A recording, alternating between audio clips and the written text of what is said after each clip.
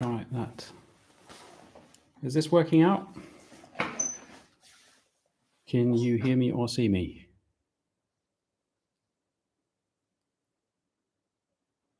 This is annoying. I got my computer over there. I need to go have a look.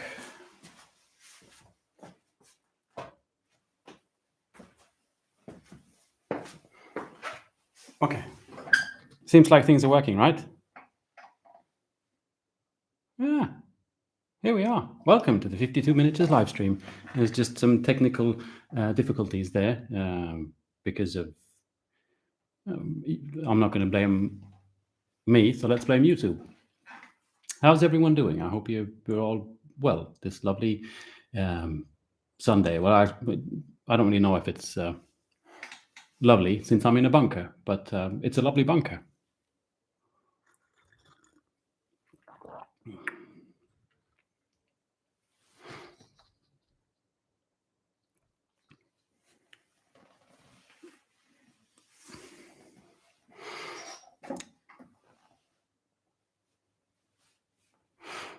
Hello, guys. Let's see who's here.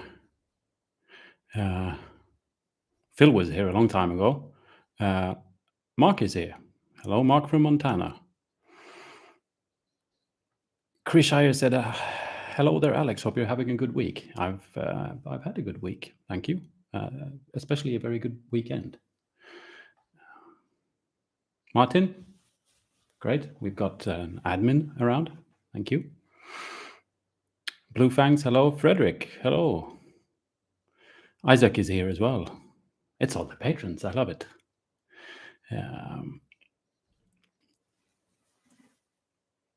Silver Scratch says, seems like nothing's working right this morning. My boss calls and tells me that one of our fish fryers isn't working. I guess that can happen to fish fryers. Does it only fry fish? Can you fry other things in it?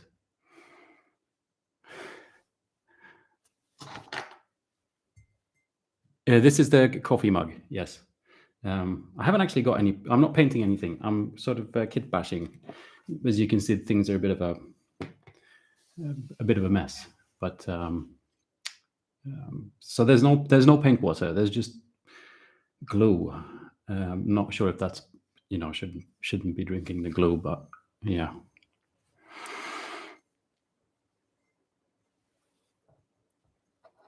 One point in crafting says very interested in talking workshops. Where I paint doesn't look like most other setups I've seen.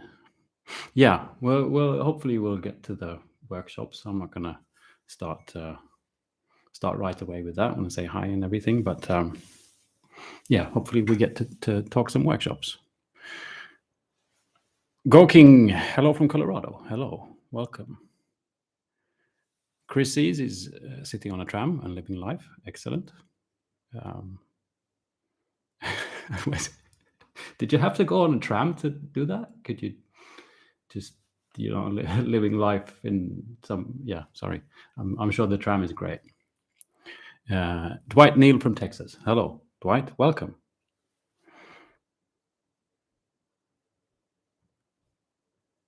Chris from Nicaragua. Welcome. Welcome back.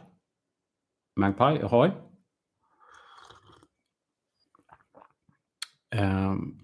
Miroslav says, literally just sat down to paint my White King after 3 months hiatus. Hiatus, right? Yeah. And so this live stream. Hope you're well. I'm doing great. I'm glad to hear you're painting something after 3 months. Yay for ending the hiatus. Fumble is here from Stockholm. Welcome. Corey Schaefer, good morning. Maiken says, hi, I have to go, unfortunately, but please do upload the stream. Yeah, I usually just leave the streams. There is rumors that streaming on YouTube damages one's algorithm for the normal videos, but I'm terrible at YouTube algorithming in anyway. So I might as well just leave the live streams there. Brumble says, love the dragon video. Look magnificent. Yeah, I'm really happy about them dragons. I just, it's fun sometimes with certain miniatures when you, in this case, I mean, I'm working on an army, and in some instances, it's still, it's really fun to paint, but you just have to get through miniatures and you're painting, and the army work can sort of seem a bit slow sometimes. I mean, I started planning the army almost a year ago, and I painted like 5 miniatures, so you could call that not very rapid progress. But the painting the dragons just really made me inspired to get to play a game with the dragons on a table, and so that just has started to push me into getting some more serious work into the rest of the army, which is fun. So I'm happy for the dragons, not only because I'm very glad of how they turned out, but also because they've refueled the energy to keep on working on the army, which is, yay for dragons. Hello, Katie. Welcome. The end as well. Welcome. What up to you too? Joseph from Oxford. Welcome. Carl. Welcome as well. From Canada. Ryan.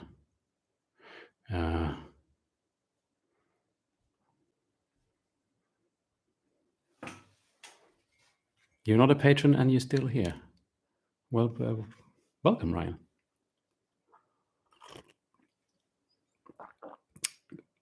Grasscat says a messy desk is the sign of an uncluttered mind.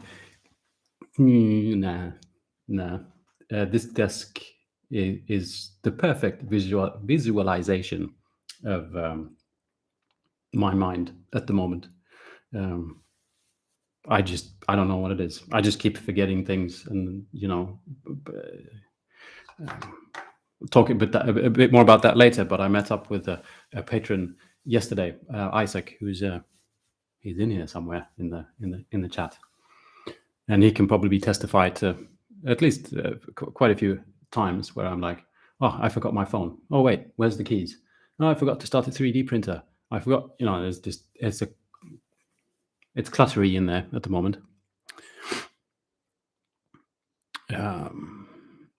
Hello, Kansas and London. And Silvercatch says, yeah, you can fry anything in it, not just fish, which is good to know. Jack from Arkansas. Hello, Mikey R. Welcome. Hope you're well. Drew from Kansas City. I'm glad the time works out with these. I mean, I've kind of some of you might know, some might not. I've always watched Adam from Tabletop Minions since I sort of got back into the hobby, and so obviously who put that camera there?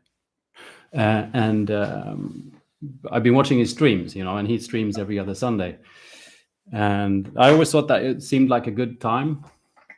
For one thing, it's a Sunday, so there's not work, and putting it about this time during the day means that if you're in the United States or the Americas, it's the morning for you, but you can still catch the show, and people in Europe can catch the show, and it's just sorry, Australia is kind of the only thing I have to say, I guess. But yeah, it feels like a good day and a good time. I'm just glad to see so many of you United Statesians and Canadians in here, because I've streamed at other times before and just totally missed you guys.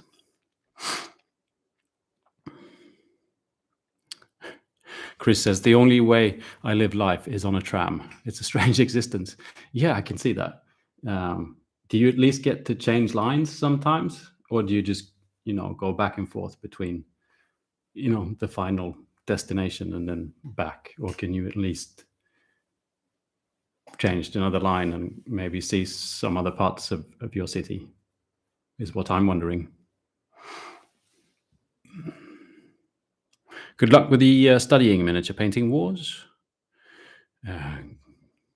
Good morning, Corbin from Georgia, and Ernst from Budapest.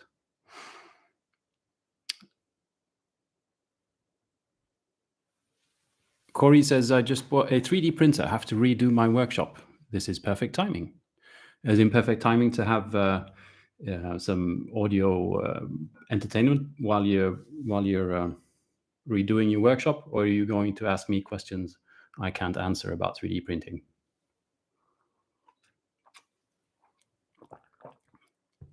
Mikkel says, so glad to catch a live stream. Well, I'm glad you're here. Welcome.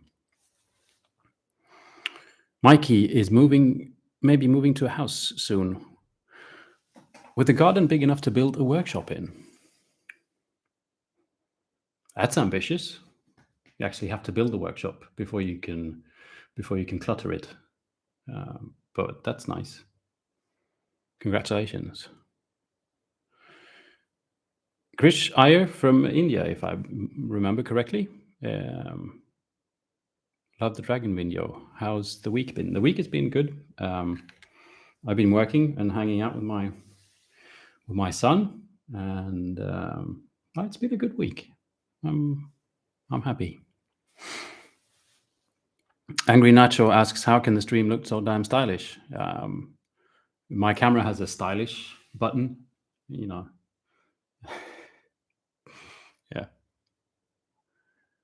Allison, welcome.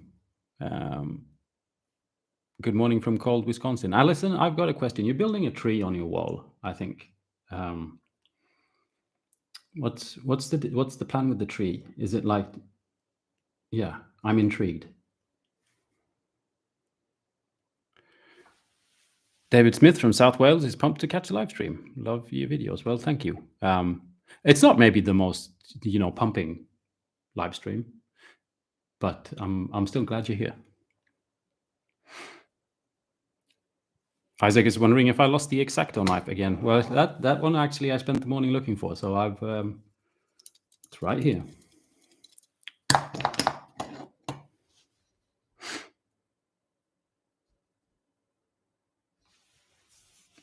Lanky from London, first time commenting on anything ever. Currently assembling some rusty scrap piles. I adore your content. Well, I'm glad you're commenting. Please comment more. Apparently, in the world of the internet and YouTube, one only exists if one is liked and commented upon. So please continue with likings and commenting, because that means other people get to see the videos as well, which is always, it's fun for me and fun, hopefully, for the people that get to watch the videos. Mark from Montana is. I spoke to Mark on Friday, and he said it was snowing in his part of the world, which is didn't sound very pleasant this time of the year. Carl from Canada just wanted to drop by and say your videos are great. Keep up the good work. Well, I'm keeping it up as well as I can. That sounded maybe a bit, adult, but yeah. Good morning, 1 Point Crafting in Ohio. And Scotland, E1 Miniatures. So glad to have caught the stream. Working on Stormcast today. Yeah, sort of. I guess this is a spoiler, but anyone who's I figured if you watch the live stream, you're entitled to perks and seeing what goes on behind the scenes and everything. But let's see if this works. Now this is in theory, is something called a Stormcast castigator. Wait, I should be able to put myself in a picture in the picture as well. And but for some reason I just don't really. So this one's lost a leg and stuff. But for some reason I don't really like these miniatures all that much. Enjoying a sculpt is a very sort of personal thing. So I'm not saying there's anything wrong with them. I just felt they're a bit chunky and that. But I need to have like 2 squads of these, so that's 6 miniatures in my new army. And I thought, I don't want these in my army. I should, And so I've been, I've kind of been picking off pieces of my old castigators, and I've been building new ones with 3D kit bashing with 3D. It's going to be a video about sort of kit bashing, with actual Warhammer bits, and then maybe using 3D printed bits as well, and whatever. So this is my new castigators, which is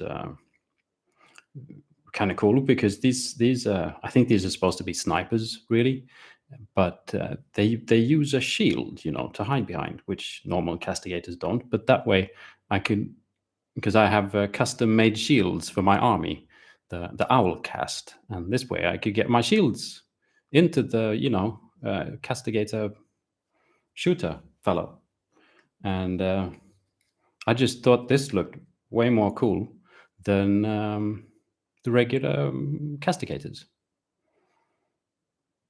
And so that's, I guess you could say I'm doing Stormcast, but they're not really Stormcast. And hopefully I'll make a video on these, but now you've seen them, and so I don't know, hopefully you'll watch the video anyway.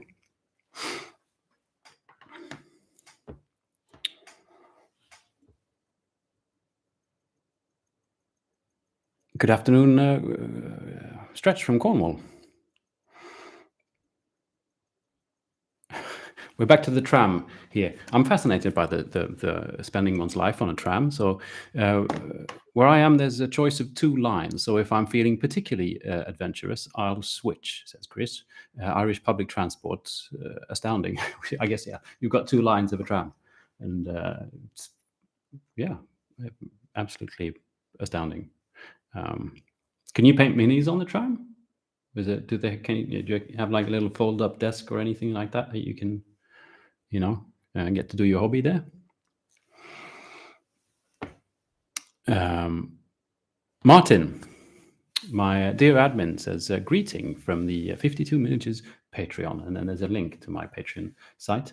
I'm going to talk a bit about my patrons today, probably pretty soon, because they're absolutely awesome, and they surprised me yesterday with some stuff that I'd like to talk about and show, which is really cool. But I'm going to greet folk for just a little bit longer.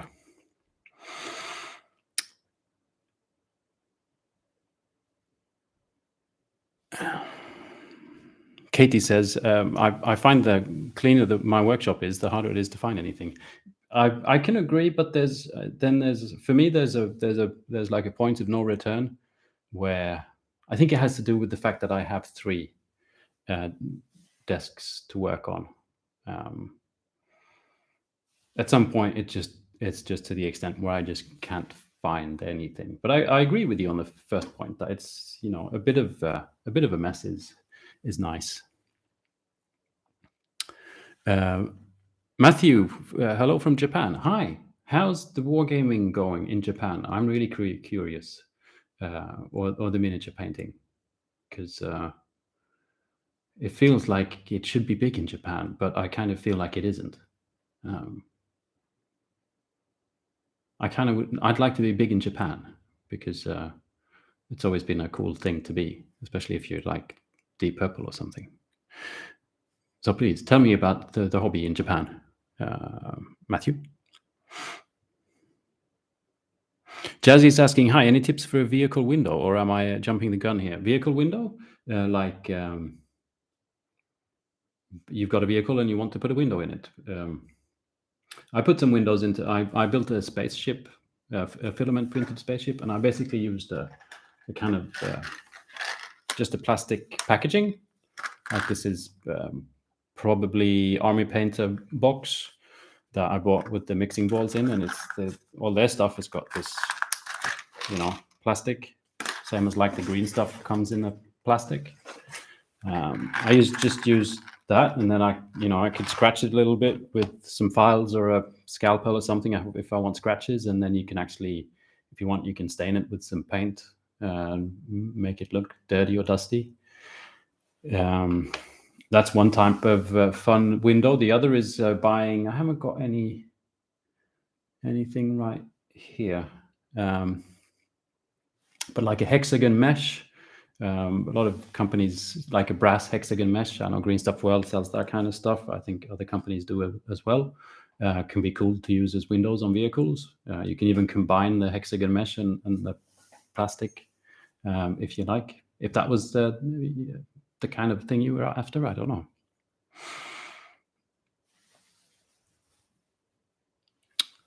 I asked Alison because Alison is a patron, but she's also so I follow her on Instagram, and I've been seeing she's got this huge wall. Not very huge. It's a wall, regular wall. It's not like it's not like the wall, the ice. Zombies and dragons. Not that wall, just a regular wall in her house. But she's built this kind of a tree on it, and she's putting miniatures on it. And so that's why I asked Alison, what's with the tree? And she says, it was originally designed to hold my minis for more stylish storage. Can't store an army. But the druids and such should be happy living there. Yeah, because that's what I saw. You were like making holes and stuff, I think. So it almost like it became part diorama here and there. I thought it was very cool. Hello, Panic Button from Poland.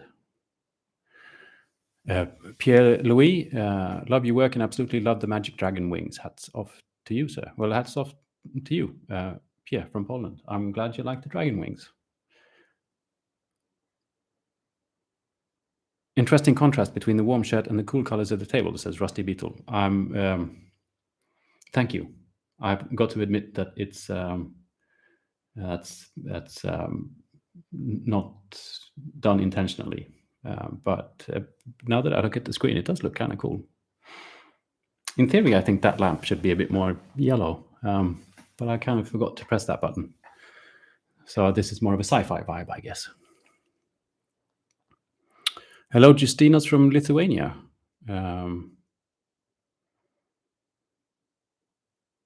Good luck with the zenithal priming.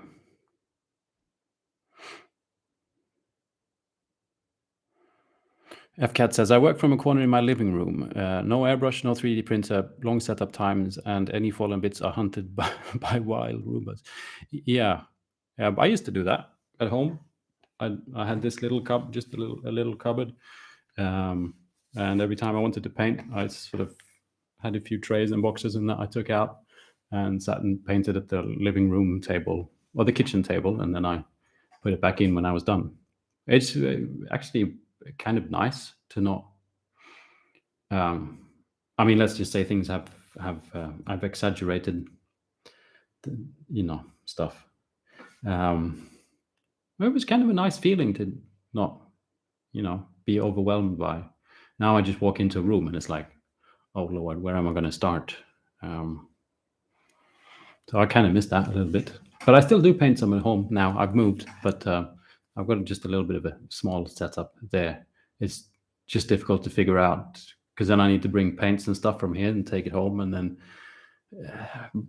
bring it back, and then I forget the brushes and yeah. Drew says, picked up the 3D printable bits after the Rivenstone video. Planning on cutting foam for my first diorama this morning. Great to hear. There's lovesy, tons of lovely bits in that. Here's one, actually, I used. Just as a random, I needed something to pop the shield on here. So I printed out some fallen columns, and probably some, I've got some small rocks I can pop on there as well. It's really handy just to have. I try and it was a Kickstarter I joined that had all these little bits. I can probably link it in the video description once this stream is done. But it was all just different types of bits. Flowers, stones, rocks, fish, rope, skulls, small cute animals, hats, I don't know, all kinds of stuff, just to use as sort of bits for basing. And I just try and print out my own little bits box so I can just, this looks nice, and I can just pop it on a base. It's fantastic. It's like the reason for 3D printing kind of a thing. Hello, Jorge, I think. Jorge.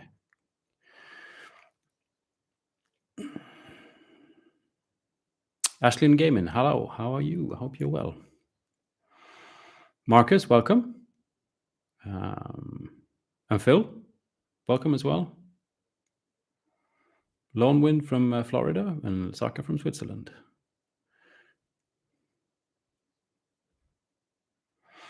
Angry Nacho says, I started a Chaos Marine kill team and wanted to do them white, but I screwed up some parts and my color scheme didn't work out so well. Now I'm basically doing Sons of Mallets. It's a fun journey. See, as long as one isn't too, yeah, being flexible is a pretty good thing when doing miniature painting. It's like, oh, that didn't really work out. I'll do something different. It's difficult if you've got really set your mind to the fact that, I really need this color on my Space Marines because this specific chapter, and but if one can be a bit flexible with that, it's things actually become enjoyable.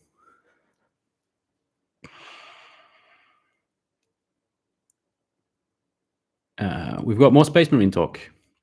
Severnas, love your videos and your style. Always keep going and do what you love. Well, I hope so. Painting a Space Marine Flesh Terror character model. Greetings from France and much love. How's the weather in Sweden? It's a really good question. I'm in the bunker, so I'm not sure what the weather in Sweden is like. This morning it was sunny. Now it could be raining fireballs for all that I know. Hello, Ixalan from Portugal.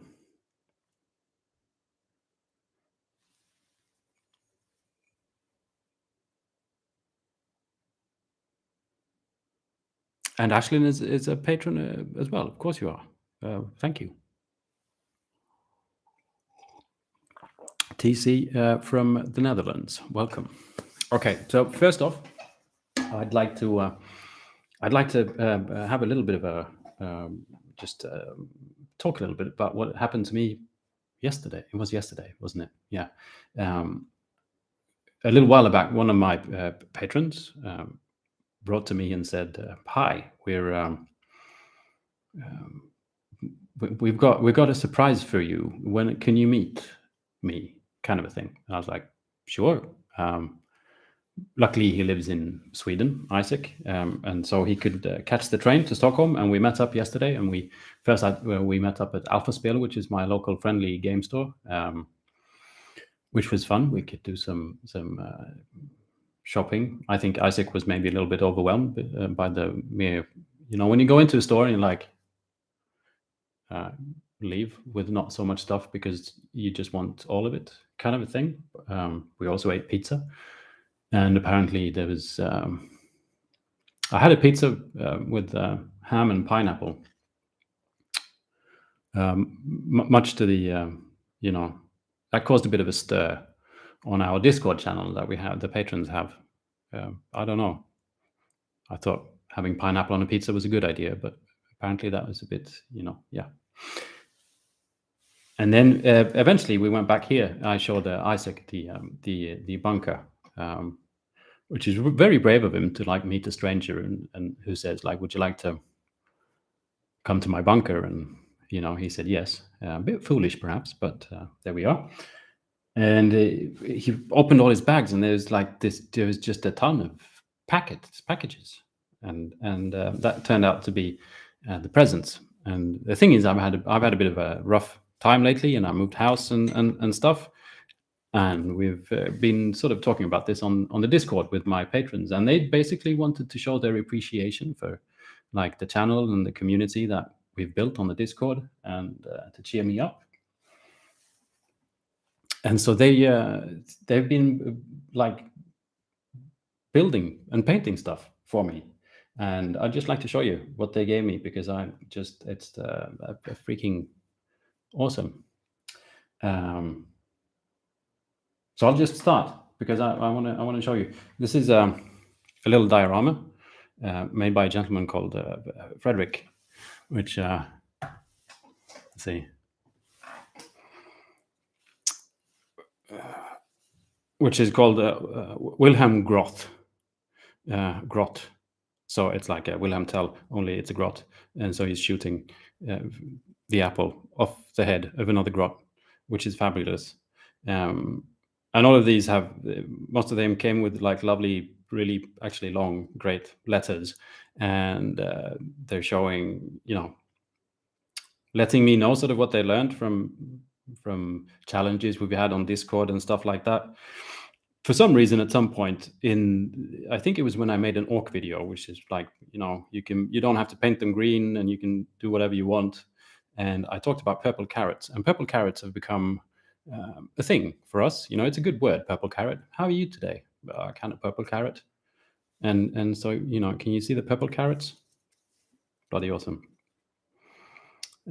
He's holding a purple carrot.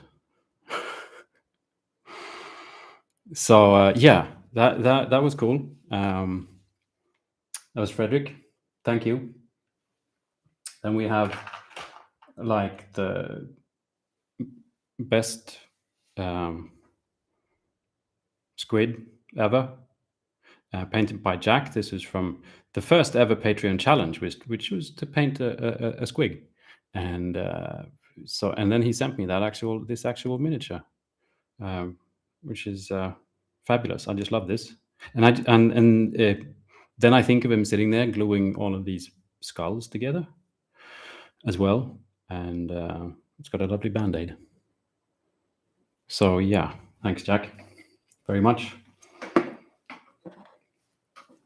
And then we have a kit bash from Katie, which is this is really cool. It's like a Tau gun, and then there's an orc, a blue orc, and this is like a mixture of a lot of the things that I've been talking about in videos, and on the Discord as well, trying to use different. There's been kit bashing, and you can paint an orc whatever color you want. If you want it to be blue, you can do that, and then there's the rust and everything. It says 52 on the Tau shield. Yeah, I can imagine that those skulls took some time, Jack, and hello, Mr. Boom. Yeah. So thank you, Katie. And then we have this thing from awesome character from Chris. It's a digital kit bash, if I understand things correctly. It's a shark monster thingy with crab claws, and it's lovely little shark tail, and it's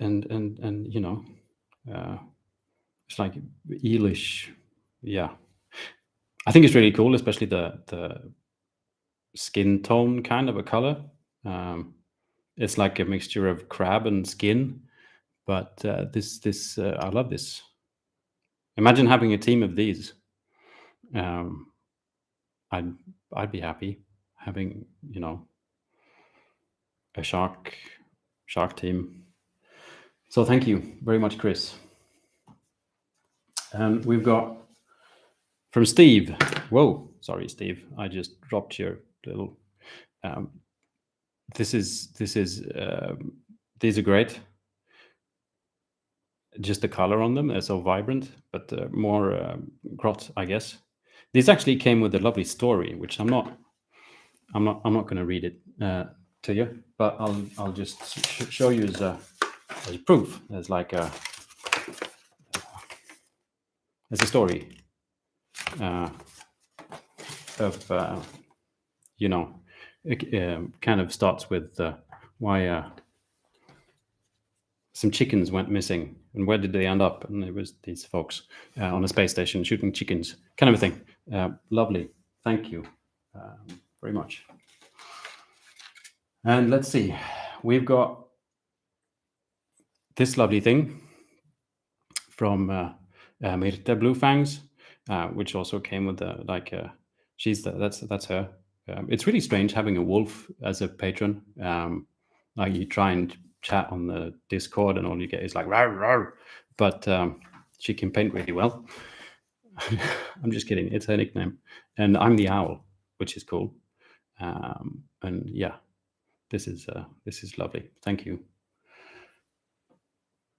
And we've also got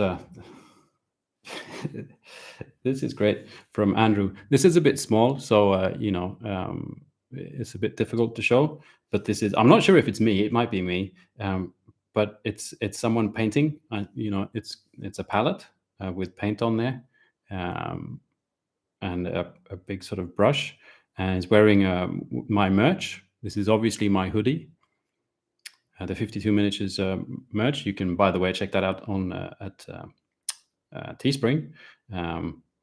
Turns out some of the stuff was apparently a limited release because I resolved to remove some items and add a new cup. You can check it out if you want. But yeah, it's like a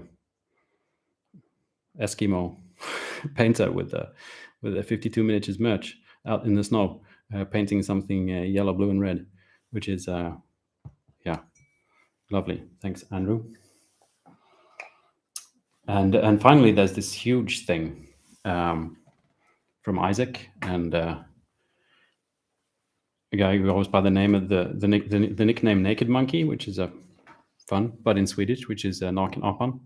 This was also part of I had a challenge, which was the challenge was to do hobby time with someone else. It could be virtually as well, but not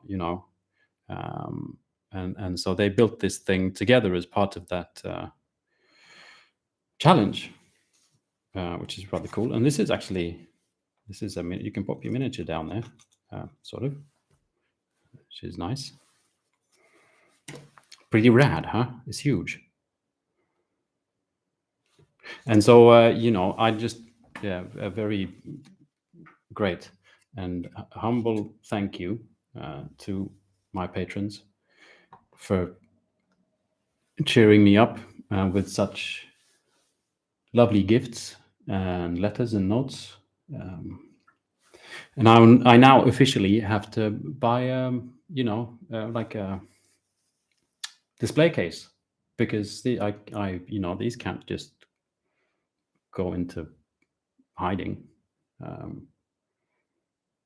So that's great. Thank you from the bottom of my heart.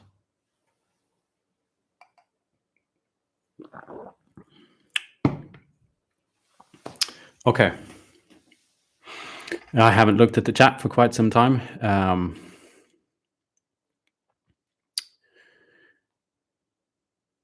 So I need to have a look. It's mainly my lovely patrons, looking and talking at the great pieces they sent me. We've got some pineapple on pizza talk, which is obvious. There's a lot of people that says that pineapple on pizza rules, and so I kind of just have to agree. And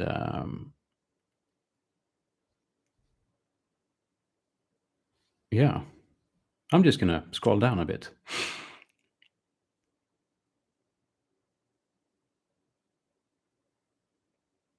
Yeah, TCDEG says, just what I thought. Do you want to see my bunker?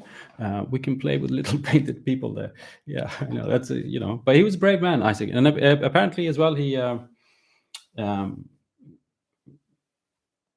apparently plays a sport which is like swinging two-handed swords around for real, like as a sport. In like there's a judge saying 1 point to you, you chop the other guy's head off. So I guess he felt that he could defend himself in case of alternative. Yeah, okay, I'll just stop.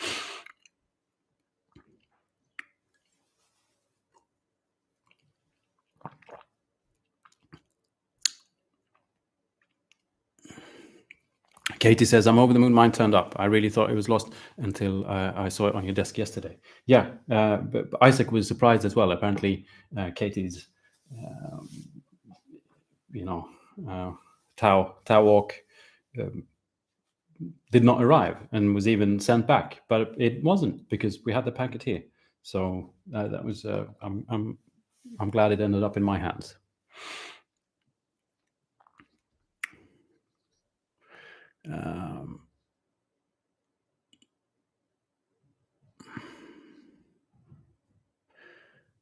We have a gentleman here, Boyas, here, just to say that the Horus Heresy box does, in fact, have 52 miniatures, excluding vehicles. I smell a conspiracy. Yeah, there's things going on behind the scenes that I haven't told you, but 52 miniatures has greatly inspired the new Horus Heresy box content number of miniatures. No, I didn't actually know that. That's cool. Do you have the box? I actually want to paint some of the beaky things. I want to paint them. I never been interested in painting Space Marine-ish miniatures all that much. I've tried just because of the fun of it, but the beaky ones really kind of pickled my interest. So I want some. Do you have them? Wargame Explorer, welcome.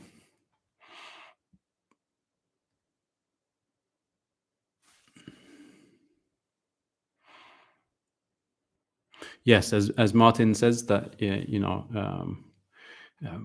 thank you, Blue Fangs, for setting this whole thing together. You're great. And also thank you, Isaac, for coming to deliver it.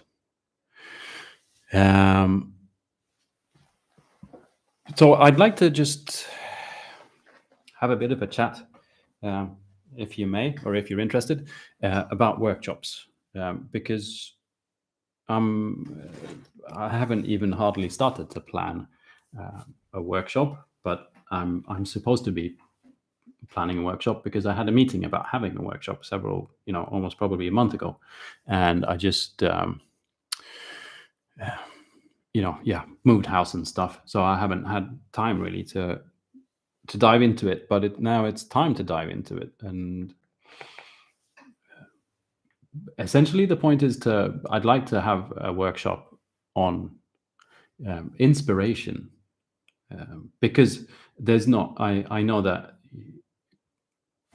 compared to others, I can in some instances paint miniatures, but there's also other people that are a lot more technically qualified and probably better at teaching technique than I am. I'm a bit more just, ooh, look, that turned out nice.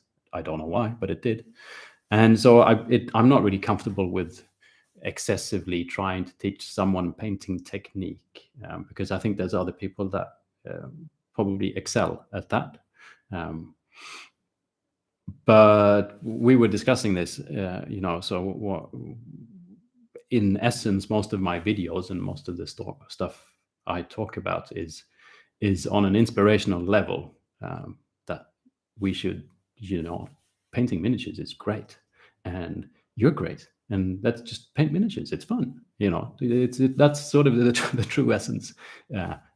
At least I try to make that the true essence of my videos, is just to keep the inspiration going. But that can then be divided into sort of like also other things that I talk about, like how I get inspired to paint certain, how do I come up with color schemes or themes for, like, I'm doing an owl cast army one, because I was inspired to do that, not just paint the normal ones or the different, and it can also be about just the inspiration to keep on painting. It's difficult to pick up the brush. How do I keep myself inspired? Inspiration can be quite a few things, but they're all sort of connected, I think. And that's sort of what I want to have the workshop on, which is a bit tricky. But I think it would be fun, because that also means it's not based on technical individual level. It's not, it's not is this for an advanced painting technique, or is it this, learn the basics of painting? It's a little bit beyond that, which maybe opens it up to more people. But I still I don't really know where to start. And so I'm hoping maybe that there's people out there that have been to workshops that at least could say, like, what was, regardless of workshop, what was like the good thing and the bad thing about the workshop. What would you like to see in a workshop, even if it's technical based? Like, do you want it to be, was it fun that there was 5 people, or was it great that there was 12, or should it be 1 day or 2 day, or all this kind of stuff. It's just interesting to hear what people who've been to workshops, what they think, and also what you think about having a bit more of a mumbo jumbo workshop, like on inspiration, rather than I'm going to teach you wet blending. That might happen during the workshop as well, but that's yeah.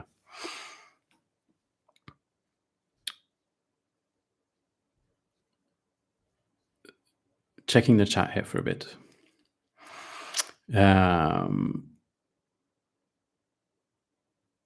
Tim asks, will these workshops be remote, local, or abroad? Welcome to the UK. Yeah. I mean, initially, this is to I want to set a workshop up. I want to set a workshop up at Alpha Spel, which is the local friendly game store. They have plenty of space as well, and we can probably come to good arrangements in, like, they already have a lot of paint and test miniatures if that would be needed. It would be simpler than to try, and otherwise I'd have to rent a space, and and we can use each other's networks. There's a lot of people that do their shopping at Alpha Spel. But once the concept is put onto paper and tried and tested, and if things work, then if anyone from the UK wants to invite me for a workshop, then of course, just pay me lots of monies and that, and then I'll be there.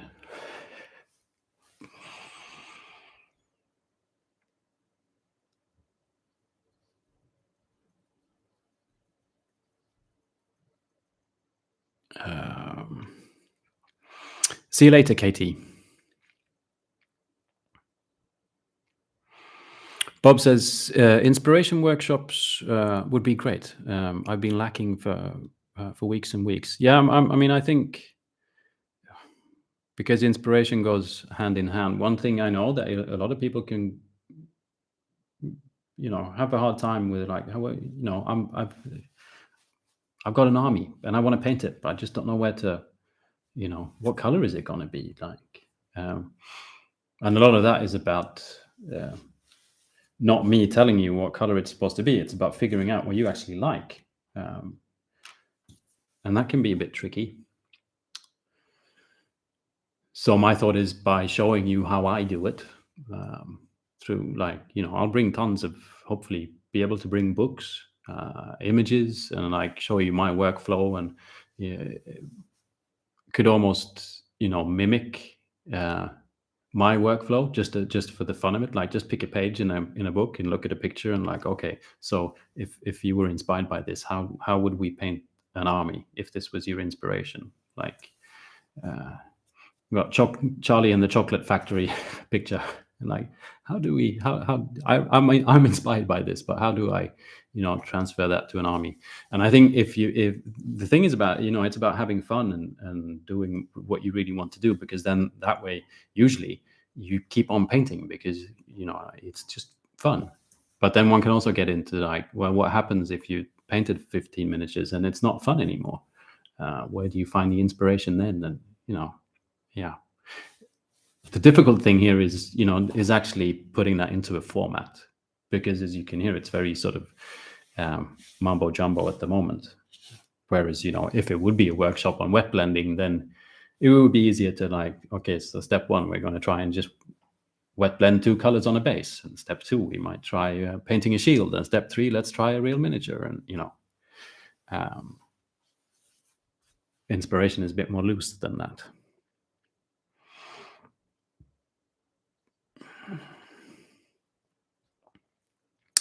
Just scrolling in the chat here, it's a little bit. Blue Fangs is going to her first in June. You're having Blue Fangs is going to a workshop with the Giraldez fellow, I think, which is kind of cool. Which is why I want you to tell me more about it once you've done it in June. Hello, Carl Nelson, and welcome. I hope you're well.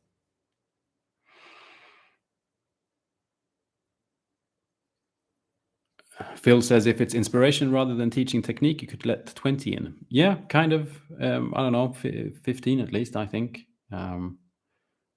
if possible. I mean, I want to translate. I want people to paint as well. Like, so one thing is I always paint test minis, so that's a great place to start. And I want people to like. I think, that's one of the things that I want to talk about in the workshop. That it's really difficult to just talk your way into a color scheme. At some point, you just have to paint it on a mini and go, no, that's not right, and then change things.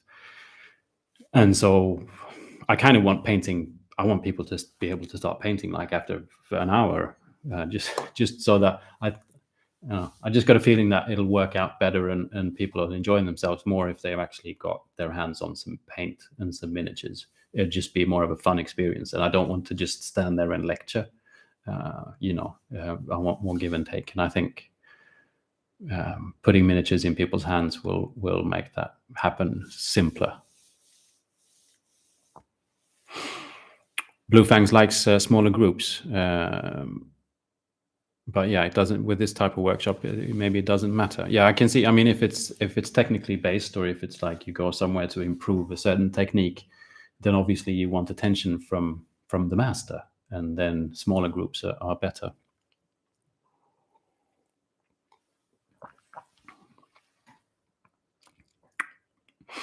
One Point Crafting says, especially after the last few years, I've never painted around anyone else. So a workshop would be a nice change and hopefully a good learning experience. That's the thing as well.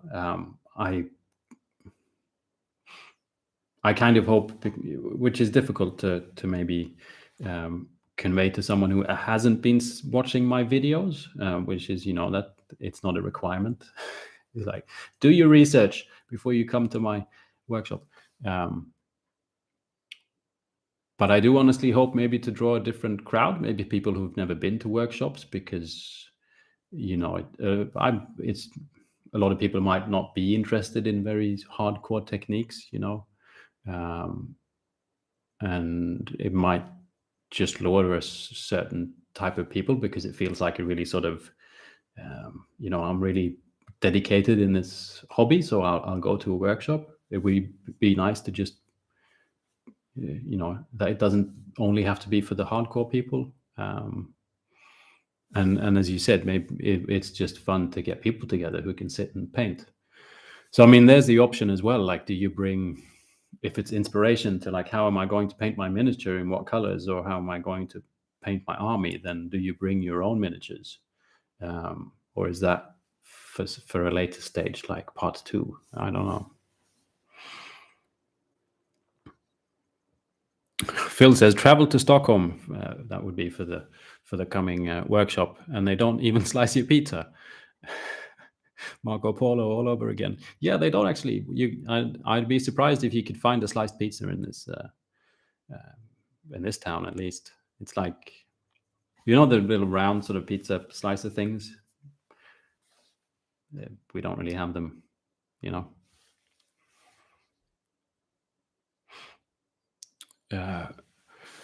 Boyaz says, I find your videos are inspiring and in day-to-day life, not just hobbying. Perhaps mini painting as a sort of mindfulness would be a good focus for a workshop.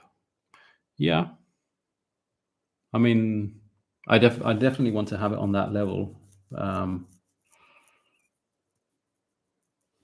I'm thinking I'm already sort of speaking to the crowd a little bit as well. Like, I'm hoping I'm not going to reach anyone who doesn't already paint miniatures, because they don't watch my videos and they don't go to Alpha Spill to buy stuff. So I mean, it will be targeted to people who already paint, but I'll probably very much like to sneak in the sort of, just enjoy yourself aspect more than, you have to push yourself.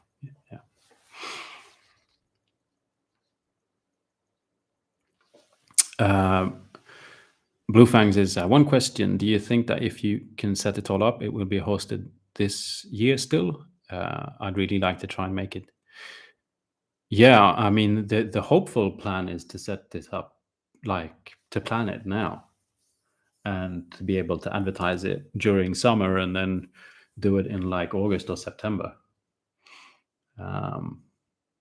I guess that's up to me, because I need to find, obviously I need to figure out more specifics so that I can explain to people what it is they're going to, what it is they're going to get.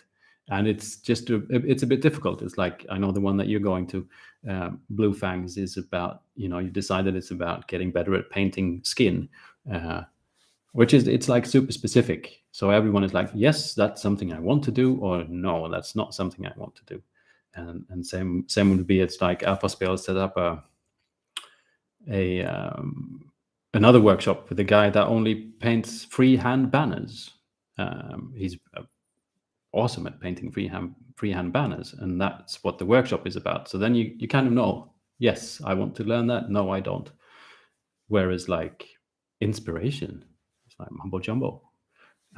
Is it something, what is it? What are you talking about? I need to find sort of a catchy tagline kind of a thing, and a few points, like 1, 2, 3. This is what we're going to do. And so it's just up to me on how fast I can do that. Because, yeah.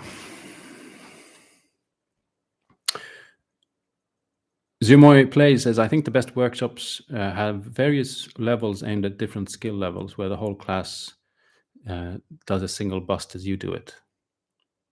Yeah, everyone painting the same thing. I mean, that's again, is one of the tricky things here. If it's about, because usually that is about some specific technique. So everyone is going to learn how to paint OSL, and so everyone paints the same bust as I do, while I do the OSL, and everyone can just follow. The problem here is that, I don't know what inspires you, and I don't know what color schemes you're inspired by. I can only sort of hopefully try and help you find some tools, but kind of the whole point of the workshop is to not listen to is not to do what everyone else is doing. It's to do what you want to do. And so that's a bit tricky.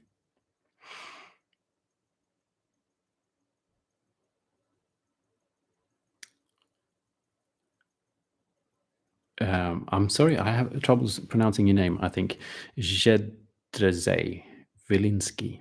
The best workshops I've been on mainly focused on showing the process and explaining during the steps. Theory was very short to not bore the participants. Yeah. And that's another, I mean, I don't want this to be a lecture. I want people to be able to paint miniatures. But as I said, there are no real sort of technical steps. But there could be, I was about to say it could be a bit more like a happening, which would be very like 1968, and let's go to a happening. But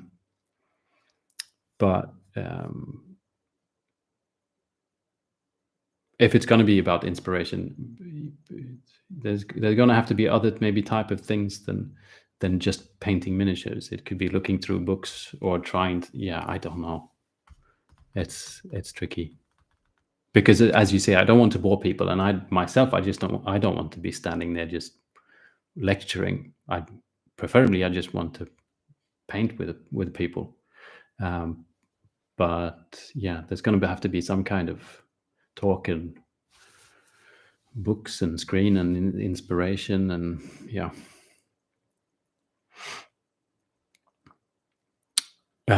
Greetings, Hobbiton from Holland. Welcome.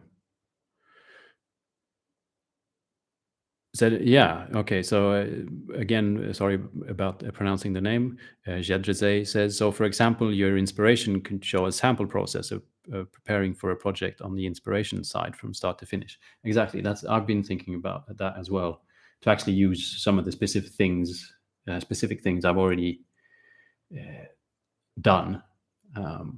Like, I was inspired. I watched the movie June, and I was inspired. So I wanted to paint a June-like color scheme, and I had these miniatures, and I can even, because I already have the miniatures, I can bring the miniatures that I've painted and show pictures and show the process and stuff like that. And then, in theory, one could mimic it.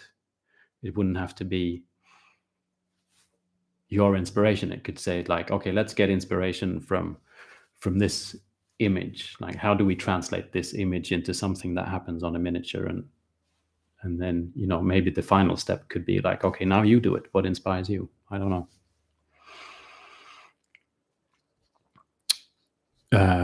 Scrolling in the chat here, we've got something in Russian. Sorry, can't read the acrylic, Cyrillic alphabet. Is that Russian? Yeah. There's pineapple talk. Yeah, I get you, say.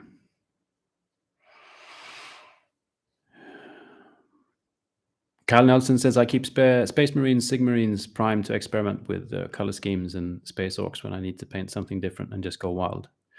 See, that's the thing as well. It's why I like to. I'm just gonna write something here. It's why I wanted to talk with you about this today, because just talking about it makes me think maybe in a little bit of a different way, because I find I get set in the knowledge that I already have. So like using a test mini, you know, that might be a new phenomenon for people. For me, it's just as you said, Kyle, I always have test minis. There's like 4 or 5 of them somewhere around here. I just don't know where. These will probably now become test minis because I've chopped them into bits. Just to have them handy and try out new things. And you know, if it doesn't work out, I just prime them again and keep on painting. And just a thing like that might not be self-evident to some. So just the fact of saying that one should use a test mini is maybe something that I would forget because it's so natural to me. And that's why I'm asking you about these things, because yeah. Thanks, Kyle.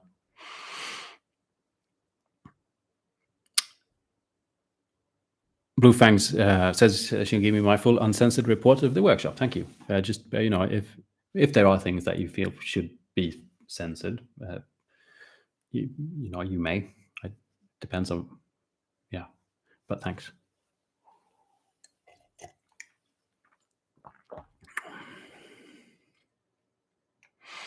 Hobbiton says, as I'm still scared to use oils, I would really love a Markov Frisoni workshop style, since he seems to use easy methods. I believe he does workshops. I think you should check out his channel or you know, website or whatever he's got, because I think he does workshops.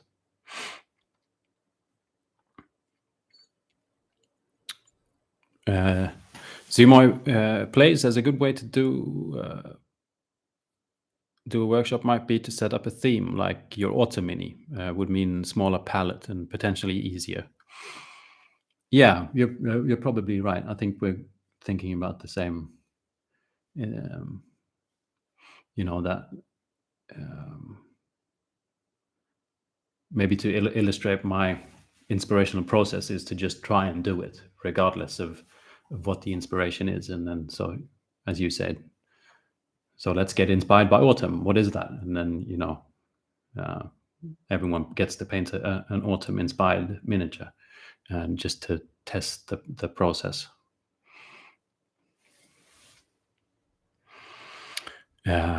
Martin Cobb, my dear administrator, says, if you're going to any workshops, I would recommend getting a 52 miniatures t-shirt or hoodie to set yourself apart from the crowd. Please visit Teespring. I completely agree with Martin. I should actually probably print some and sell them at the workshop, right? You've already paid lots of money to go to a workshop. Now buy some expensive t-shirts. Hi, I'm Alex. Okay. Kay Omer says, I paint about 3 to 6 hours a day, and I just sit down and paint. The color schemes just comes when I start. Yeah, I think that's one of the things about doing anything. If you do it a lot, it just sort of kind of happens naturally. I think it's more difficult to get inspiration if you paint less often. But it's also very individual. I know a lot of people have struggles with, how where do I start? What I don't really know what I like. How can I decide a color scheme for an entire army? And for some, it's not. Like for me, I don't really have a problem with it, and that's why I figured it'd be good if I held a workshop on the subject.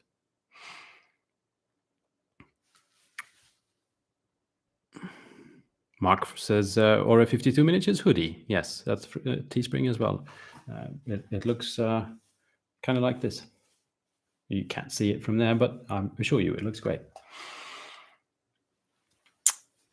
One point in crafting says, could you couple the abstract idea of inspiration with a mechanical technique, like you talk about finding inspiration from a mini in front of them and then wet blend its cloak?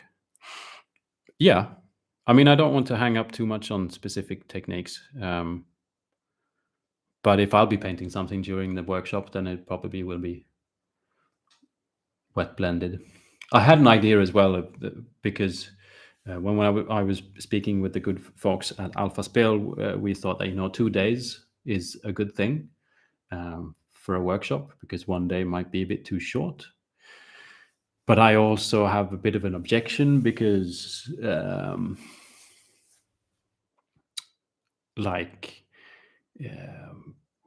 if it's 2 days, that means you need to stay somewhere overnight, and I don't expect everyone coming.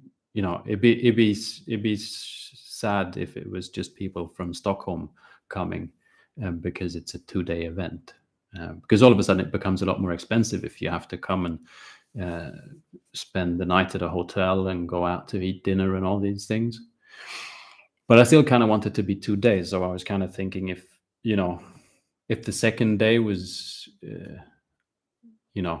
obviously that they were connected, but say the first day was a bit more sort of, focused on just sort of, this is how I get inspiration, and maybe we paint a miniature. This is how I tackle the inspiration problem. Let's try and paint an autumn. Let's be inspired by autumn. What is that? What is autumn? And let's try and paint a miniature in autumn colors, and this and that. And then day 2 could be more like actual individual project. So what actually inspires you? And it could be more on an individual level. That means that if you come for day 1, you can just take that knowledge with you home if you want to after day 1, and sit at home and okay, introvertly think, what inspires me. Or you can stay for day 2 and I can ask you what inspires you, and try and sort of help you start something. That means that you don't necessarily miss out on tons if you're not there for day 2, but day 2 would probably maybe be the most fun day because it might be a bit more relaxed. But at least that there is an option for those that financially can't do a 2-day thing. Or you can if this would be a reoccurring event, which if it works out well, I hope it could be a reoccurring event, then you could do the day 1 at one point, and then 6 months later you could do just day 2 if it works out with the number of people attending.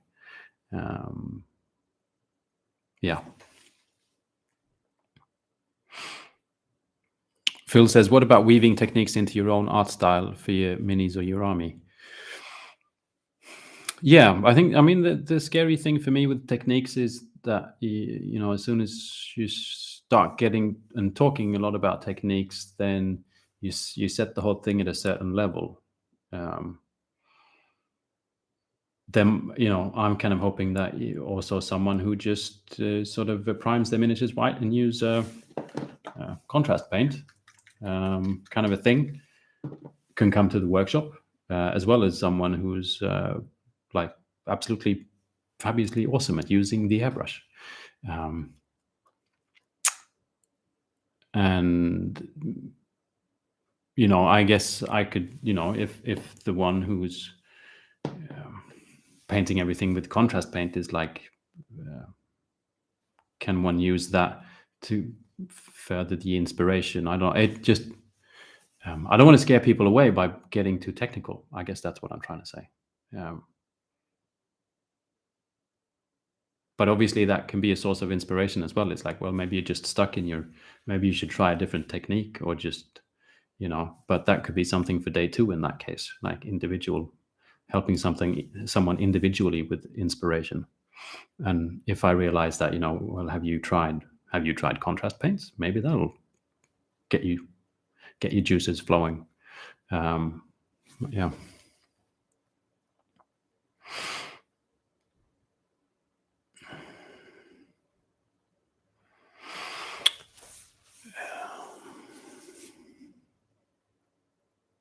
I think switching to different miniatures helps to clear a block after painting so many yellow marines. Yeah, that I know you do. Uh, Helps to paint something different. Yeah, that's a good idea. I'll write jumping between projects. I'll say slash minis. Thanks, Jack.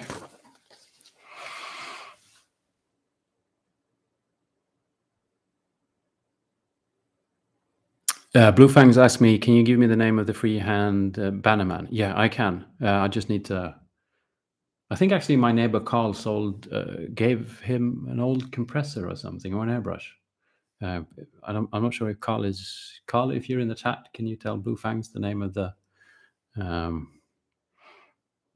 banner fella? Otherwise, I'll ask the Alpha Spell folk, and I'll tell you on the Discord, Blue Fangs. Alison says, disclaimer, I'm a teacher in real life. Idea, have a draft workshop with a few friends with a mini to paint and maybe a bit box to literally draw inspiration from. Then you can practice timing and work time. Definitely, Alison. Thank you. Yeah. I want to try this on people before having the actual real workshop. And when I get closer to when I figure out what's actually, when I start to boil things down, then I want to involve you patrons as well, as is this a good idea or is this a bad idea, that kind of a thing. Because I know you, Alison, and also Isaac also works as a teacher, and so it'd be great to get some pointers. Hello, Bob. And good morning, W. Soren from Texas. Ernst says, 1, get inspired. 2, paint a mini. 3, ? 4, profit. Exactly.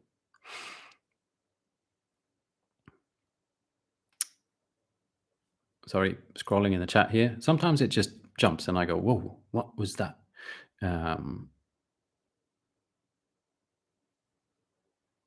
Bob says, also workshop based on pure mumbo jumbo would be excellent.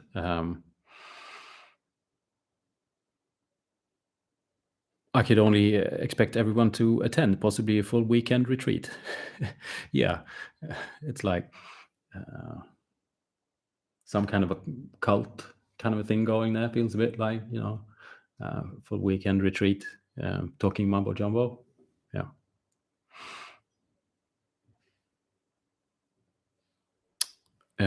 Bob says, I was painting Warhammer things for 5 years. I've rediscovered my love for German tanks from World War II. I'm in reading, checking vids about historical tanks, and I'm enjoying paint replicas at the time. I'm glad to hear it, Bob. I'm afraid I don't do many tanks, but I do enjoy watching some of the videos of people doing the tanks, just because of the realism. It's fun to get inspired by, especially weathering and stuff like that. It's very cool. Cyberpunk asks me, how do you get over camera shy? Expose yourself. I was going to say expose yourself, which that could be interpreted in different ways.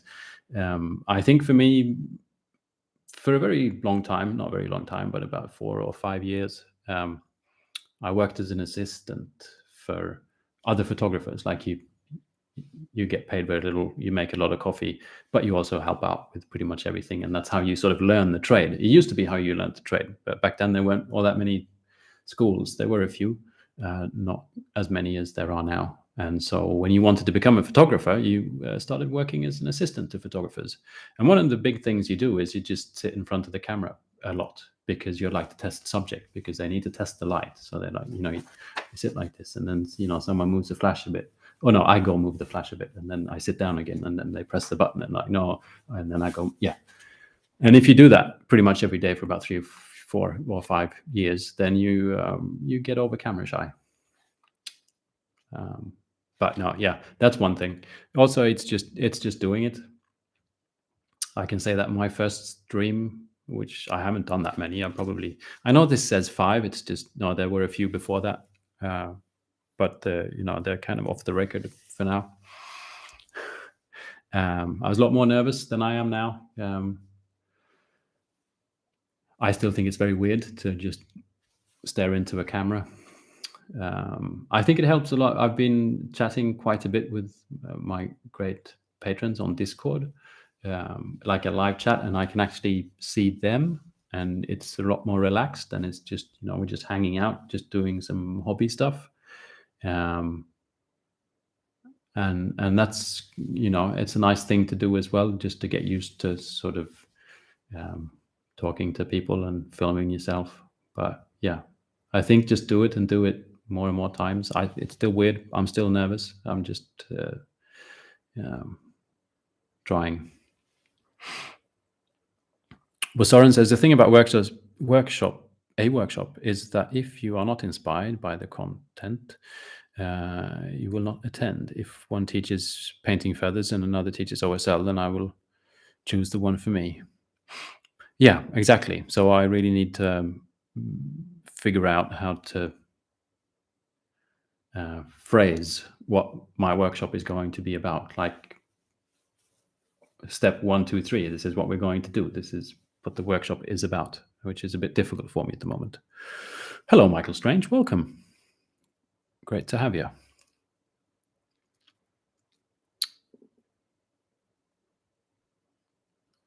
Kaidi Nelson says Marco, as in Marco Frisoni, did the workshop at the Bad Moon Cafe in the UK recently. Yeah, so there you go. He does workshops. Bob says, reminder for some folks that minis are not precious and the test minis are really important. And yeah, that's the thing as well.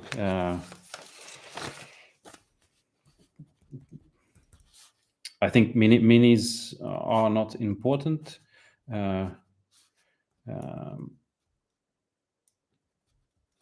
Is kind of the same thing as saying getting over the fear of failure. Because that's kind of the same thing. Saying that a mini is not important means automatically that you shouldn't be afraid of just trying something that might not look great, which is, trying to get over the fear of failure, which is, I guess depends on what you paint. It's a good, test minis are great for that reason, because, especially if you do this kind of stuff. I mean,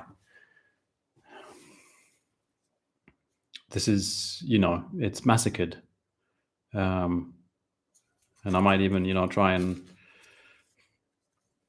cut off a shoulder pad or something like that, and there's not much left. And then, there's not, this is not a important mini, whereas maybe my dragons that I just painted are a bit more scary to use as, just experimenting on. So yeah. Well, Soren says, I personally prefer attending a workshop where the teacher is passionate about something instead of someone that is teaching for the money. Well, see, Soren, I'm very passionate about money, so I think it'll work out. I'm just kidding. Yeah, I'm kind of into the, I'm not, YouTube pays me about $300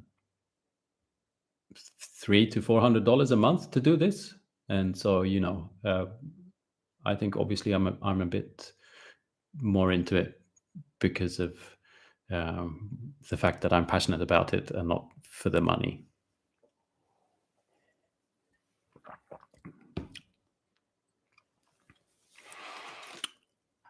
Lost It 462 is saying, I'm using a music album as inspiration for a theme on my Skaven army, which is absolutely wonderful. I love to hear that kind of stuff because um, that's exactly what I mean. That, you know, inspiration can it's just can be from so many sources. And it's the tricky thing with inspiration is letting oneself be inspired. It's like listening to a song and allowing to think thoughts like, "Oh, this sounds like green," because that can be weird for people. Just letting go to the extent of like listening to music and thinking the color green. Usually, our minds can block that kind of stuff out because we're taught to be rational, and we're taught to get up in the morning and go to the factory and hammer cars together, not to listen to music and go like, "Ooh, that's a green sound." And I guess that's one of the points of getting inspired is letting go to the point that you get inspired. That was fabulous. I need to write this down. Thank you. See, this is working. I know I could trust all of you people out there because you're all great people in a great community. Fabulous. Letting go. This is like some weird notes. Letting go, listening to green music. That'll make me remember. Kyle says, creativity springs from limitations or something like that. Endless freedom can be daunting. Limited palettes can be helpful, and you learn how to mix colors. Yeah, it's very true. But it's also like, yeah,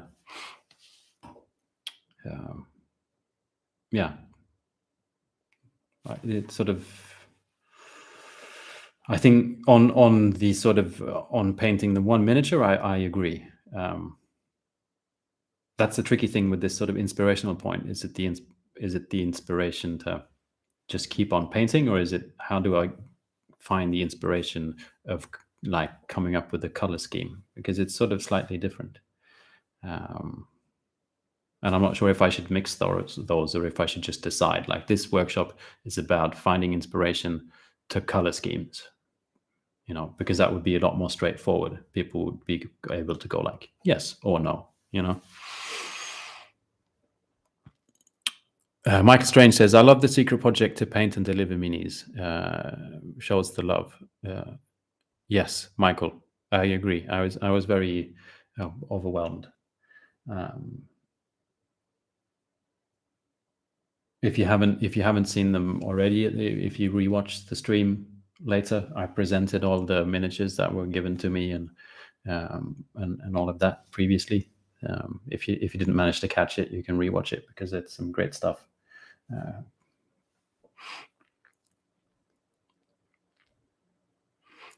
Mikey R says, hotel, can't we sleep on the tram? Well, there was a person recently who lives on a tram. I don't know if you're still here. I'm sorry, I forgot your nickname.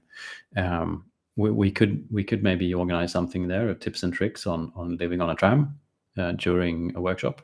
Maybe, Mikey R?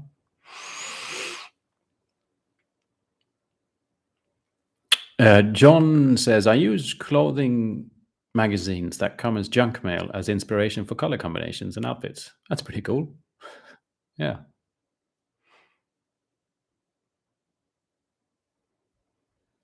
Phil says, one day is a long way to go, and cheap hotels are everywhere. I'd say 2 days definitely. Yeah, because it goes both ways, Phil. Like, if you're actually, if you take the step and like, yes, I really want to go to this workshop, then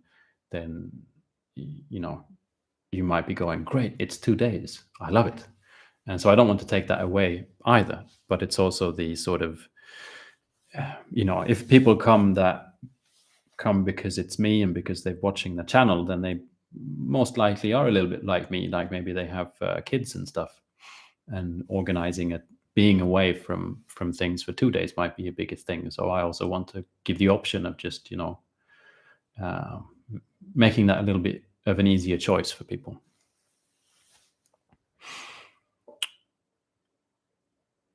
Wayne says, I'd drive up to Stockholm for something like that. Well, great, Wayne. I don't know where you drive up from, but I guess that the distance is equal to interest. So like if you drive up from Italy, then you're really interested in the workshop. If it's like from Uppsala, which is like the closest town, then great. Anyway, I'm just being silly. Okay, the chat just jumped. Hello, girl painting. Everything's juicy. Sure, everything's juicy. Yes, I hope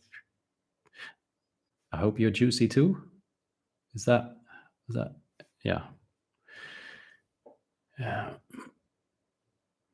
Martin says the Spectrum art books are good for inspiration. Okay, I'll take your word for it, Martin. I'll write the Spectrum books.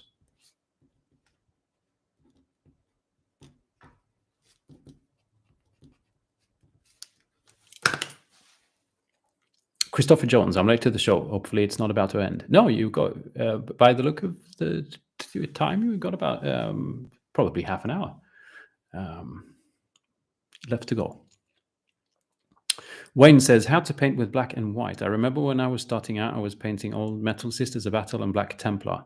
I still hate painting black and white. Oh, so do you mean when you want a workshop on how to paint black and white? Yeah. If maybe that's what you mean. Well, we've been talking a little bit about the fact that I want to not maybe do specific techniques because I just feel that there are others out there that are probably would be that could do that job better because I'm not in theory all that technically inspired.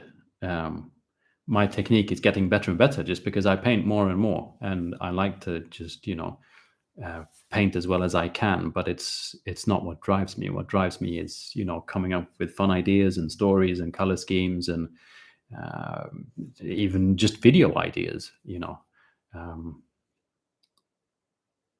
Getting better at a specific technique is not something I sort of strive for, and therefore I'm not sure if I would be a very good teacher at technique. Because it just kind of happens. I just kind of do it, I try to explain it sometimes in videos, but yeah, I just think maybe others in real life might be better at it. I don't know. Kylie says, I wish I wasn't across the Atlantic. All the fun mini stuff happens in Europe. Maybe it does.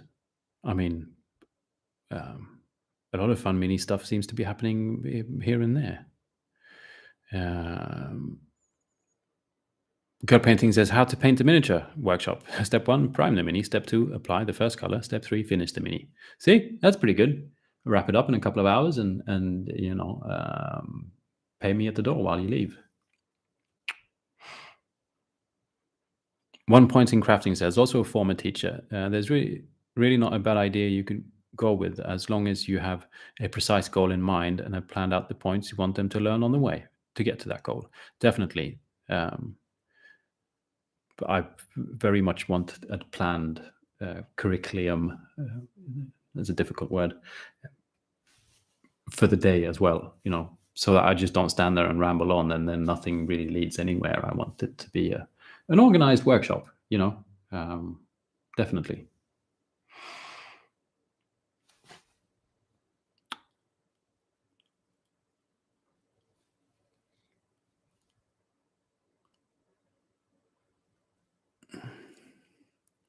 Michael Strange says, for your workshop, budget time for peer review critique from other attendees.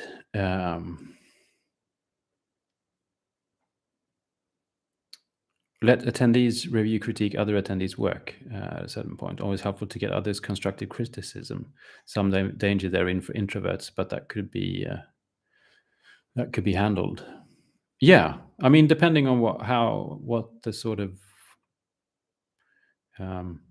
if I manage to figure out what this actual inspiration thing is, if the workshop is going to be on inspiration, it might be difficult for there to be anything to critique if it's not on if it would be like paint skin we're going to paint Caucasian skin tones today, then there could be obvious points, and there could be obvious points to you could just push the highlights more, or you could put some more color tones into the shadows and this and that. But on something like just inspiration, mumbo jumbo, it all becomes a bit more difficult. That's why it's so great to be able to talk to you about it today.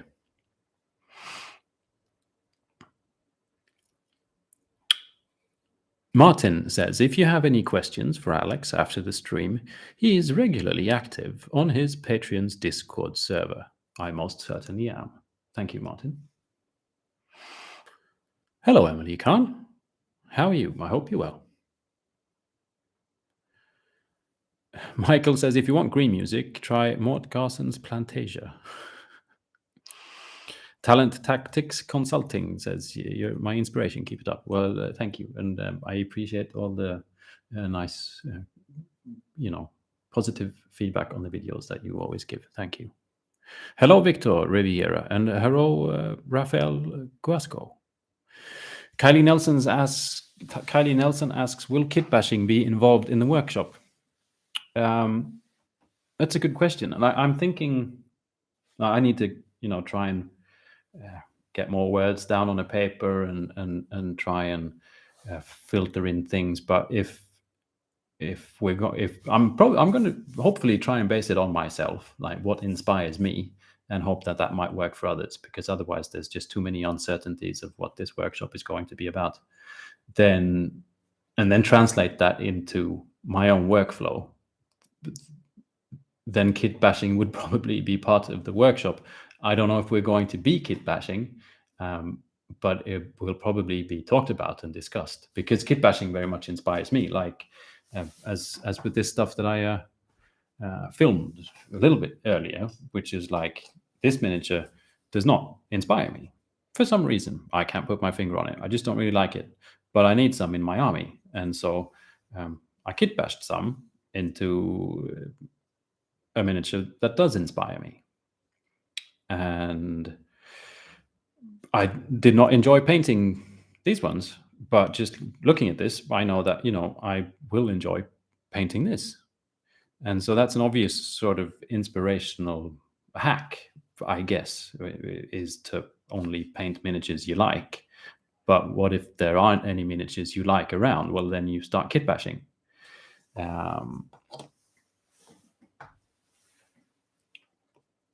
But then if, are we going to kit bash while we're doing the workshop? I don't know. You can take a day to kit bash like a miniature in a group of 12 people, or it can just,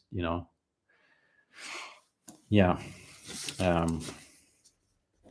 But I'm going to write here, paint a mini you like, or kit bash, because that was a good thing. Emily Khan says, I like the idea of Roman La Paz astronaut small mini that lends itself to multiple creative interpretations, like make 10 all different. Yeah, that was a lovely project. If you haven't seen it, there's a I don't really have many sort of painting idols, because I'm not really into that. But there's like, I'll have to admit and say that sort of Sam Lenz and Roman Laporte, or however he pronounces his last name, I don't know, because I haven't had the honor of meeting the gentleman. Are two painters I greatly admire, and Roman had this project of small, little space dude, which is like, with space dude I mean like a kind of a space suit, like the round helmet, and he would just put them in completely different settings and different dioramas and stuff like that, and encouraged a project where more and more people would just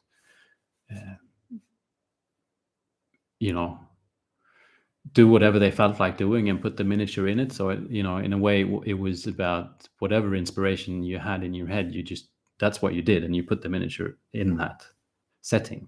If it was in a dry desert, or if it was in a shooting through space. It wasn't about, this is a demon miniature with like big fangs, so we need to paint it like a demon with like blood splatter, because that's, it's almost forced upon you. It was sort of the other way around, where there was sort of such a simple little miniature that very little inspiration was needed to just get people to very freely paint what they wanted. I don't know if the project has a name or something like that. If anyone knows it, please write it in the chat. Or I'll try and later on find a link to something like that and put it in the video description, because it's very fun to see. I think Maniac Scott did a video where he did a little diorama kind of a thing with one of them space dudes. Might be. I think so.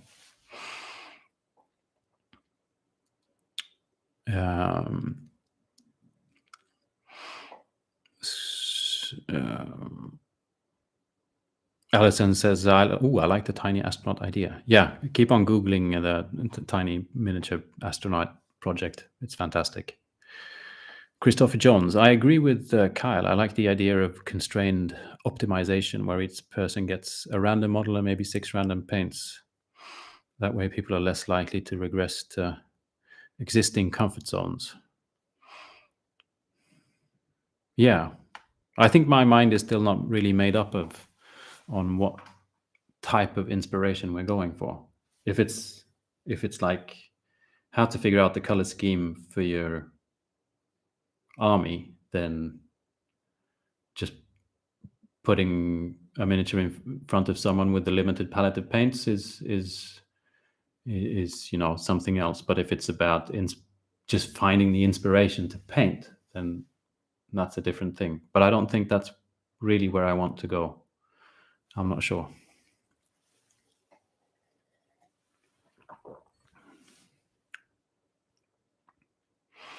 Girl Painting says, I'm looking for a color scheme for my Necrons, but after 17 test models, I still haven't found the one and only. Any advice? See, you could attend my workshop if it was a reality and not just a talking matter. But yeah, that's kind of what I was hoping to have a workshop on. So let's see. Have you tried the test mini? Yes, 17. Darn. Okay. Have you tried listening to green music? There's a book called The Spectrum Book, and maybe you should kit bash it first. Does that help? I'm sorry. It's just, but yeah. Any advice? I mean, my biggest advice, or the thing that really works for me most often, is the story. I was talking to my patron Isaac that visited me yesterday about this. It's like for some people that pay if you play Dungeons and Dragons and you have to make up a character, you're like, okay, I'm the elf thief, this and that, and you choose all the specifics, and then maybe you even you work on a bit of a backstory, like there's a poor kid raised in the back streets of blah blah blah city in the gangs and became a pickpocket and now is a thief, and and just by deciding these sort of you have your race and maybe your social standing, maybe if you're good or you're bad, if you're what you work with, and you write a little story based on that, and it's sort of after doing that there's a much clearer image of how you're going to paint the miniature, because you can almost see it in your head. It's like it's this leather clad thief that used to be a street kid on the streets, and maybe he's a bit dirty and likes brown and black, and there's no royal purple, there's no gold, it's just sort of simple things in a color scheme that tell a story is can be choice of color and how worn or torn things are painted and stuff like that. And by writing a story about a person like you do for a character in Dungeons and Dragons, that becomes a lot more clear. And that's usually what I do when I try and start to paint something. It's just like make up a story of what I'm painting. You know, these are good or these are bad, or they're from this type of a world. They, fight in a jungle, or they fight in a desert, or they, hate magic. These are all these kind of things that could, in a way, turn into a color scheme. And that's the main thing that I use as inspiration. That's the main thing I think I'd like to have a workshop on. It's like use that as different examples on how I work with that. Because then when you have a story, you might, like for mine, Stormcast, I kind of had a story that, I wanted them to be sort of Roman inspired. And so then I started reading about Rome and looking at, books on Roman shields and color, you should just start somewhere with the story, and you can just sort of start gathering other inspiration, and all of a sudden you're like, well, it's obvious my color scheme should be purple and gold. Somehow it sort of gets condensed, and then you paint that test mini, and then you go like, oh, maybe not purple, it should be red instead, or and you can tweak it. I find that helps. But if you've already done that and you've already painted 17 test minis, then that's starting to get a bit tricky. I think I just talked for a very long time because my mouth became very dry. Jamakot says, greetings from Poland. Many fans here. I'm glad to hear it. Hello, Poland. Princess Damien says, inspiration and technique don't need to be based on skill level. Everyone has a different way of doing things and different backgrounds. Exactly. That's why I really would like to do the inspirational thing and not a technical thing, because I could, get in a lot of different people, hopefully a bit more of a mixed crowd in the workshops. I think, will be fun.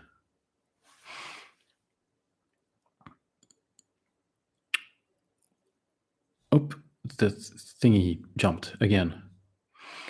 Cal says, Ben Comets, Matt DiPiero, Aaron, Lovejoy, Sam Lenz, the dude who painted the Immaculate Skink. Or do we have painted the little space dude, or are we just naming awesome painters? Maybe are we naming awesome painters? Because I did. Yeah, maybe.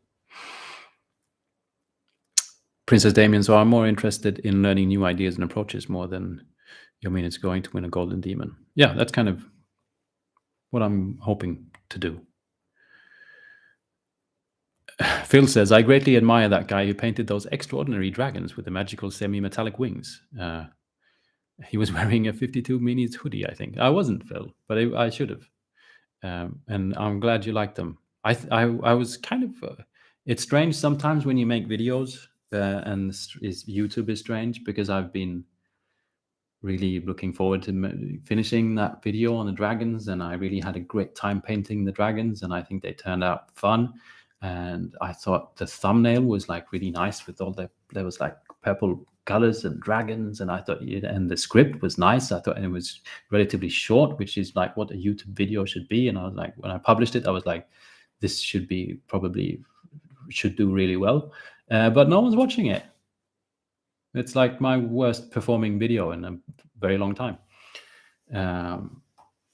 which is a bit sad because the dragons are lovely, but I guess people don't like dragons anymore, which is sad because dragons are kind of one of the best things around, apart from pineapple on pizza. Bob says, historical rabbit holes can be an inspiration, finding weird and colorful attire from around the world from different times, taking your minis to these far-off places. Very true. Kyle says, the Craft World couple work with colors in such an amazing way. Yeah, I think they're fantastic painters. Definitely. It's not quite my style, honestly. I think I'm a bit more rough for some reason, but I greatly admire their skill it just really pops and stands out. It's terrific. Harry Bo says, this lightning reminds me of an FBI interrogation. Yeah. Or hopefully maybe a bit sci-fi FBI, like maybe that. What was Men in Black? Maybe is that like sci-fi FBI?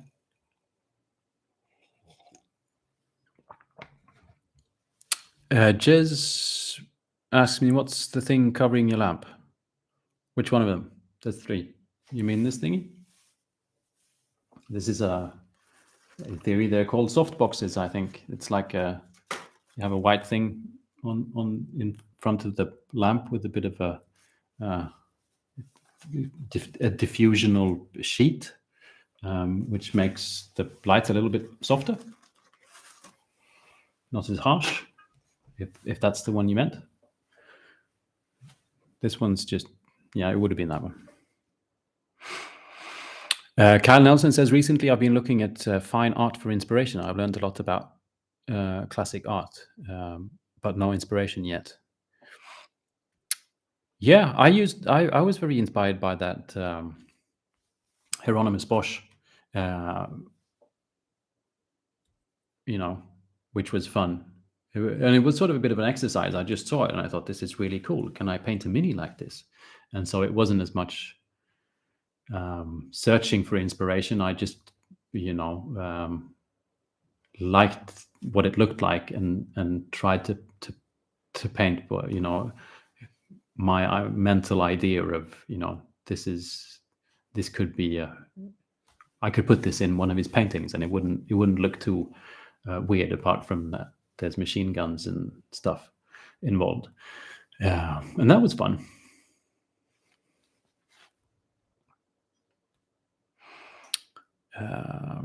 Girl painting says, I'm a goth, my music is any color as long as it's black. That's good. I like that.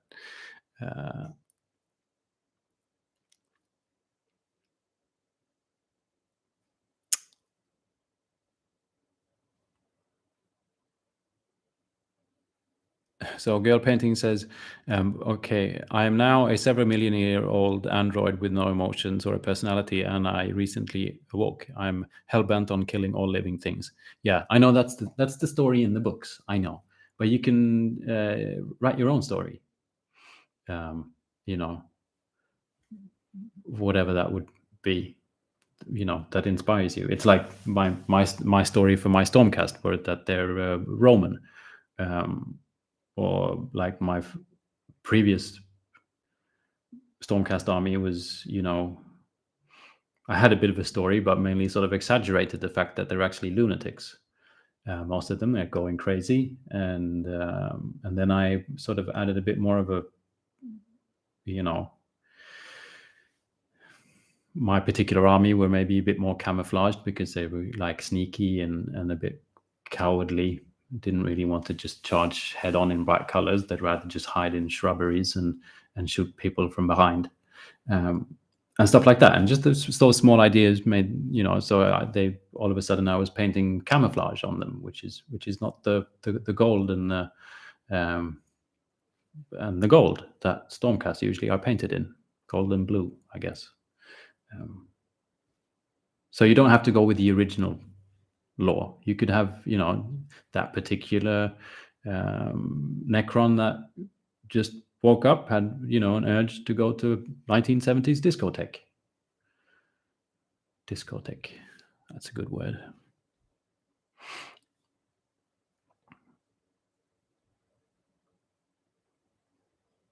James Avery, greetings from Maryland, USA. I'd just like to say you're an inspiration to the craft. Great to hear. James, thank you. Glad to have you here. Mike says, I don't get that. I watched the dragon video a few times. First to simply enjoy, but then went back for techniques. I loved it. Yeah, it's just the way of the internet, I think. But as Martin says, if you haven't watched it, please go and watch it. I think it's probably already died. Usually YouTube gives you 2 days pretty much to, see if your video takes off, so they can then help promote it. But if nothing happens, in the first couple of days, then it just sort of, and but yeah, it's just the way of the YouTubes.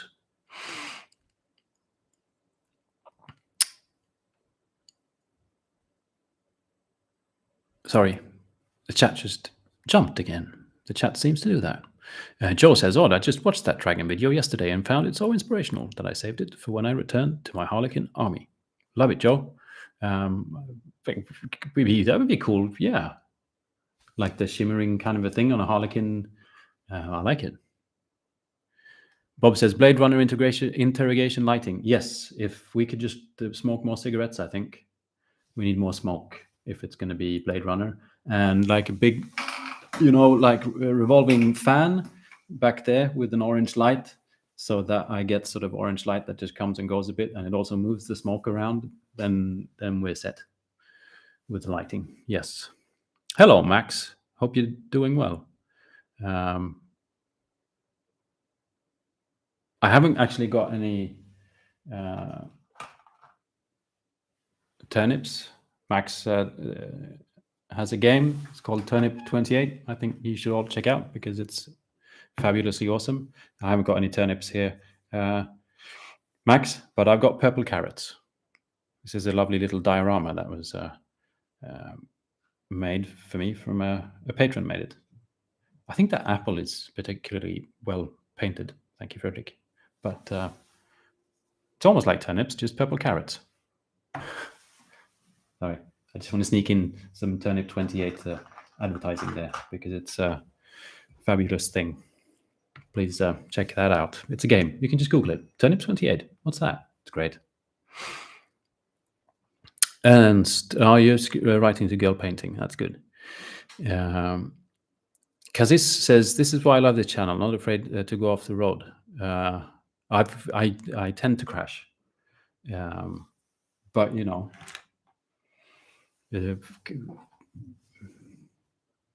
I guess I end up with fun bits that I can bash together and make new fun things out of.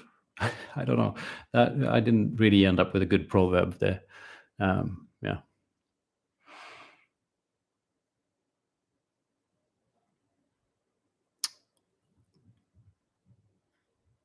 Scrolling in the chat. Paul caught a bit of live action. Hello, Paul. Yes, there's just pretty much just another 5 minutes of live action, honestly. But there's always you can always you can't rewind right now, I don't think, but you can rewatch it if you've missed some. Girl says, "Yeah, the dragon video is not taking off. It's totally my fault. The last day I had a massive internet problem, so I didn't watch it." I'm so sorry. Yeah, that's all right, girl painting. I'm sure once you've figured out your internet issues, then it'll pick up again. But yeah, no, it's I think I made a one of those decisions to not complain about if videos do well or not. I'm very pleased that there even is a medium such as YouTube where people like me can publish videos for people like you, and that it actually kind of works. You can actually watch it. I can publish it, you can watch it, which is great. There will always be ways, needs for improvement here and there, but that goes for toilets and a lot of other things. My flush thing on my toilet doesn't work, for instance. Well, it works just one way, but if you press the other way, you can have a big flush or a small flush, and if you do the small one, then someone put a camera there again, then it just keeps on flushing, and you have to open the lid, and so.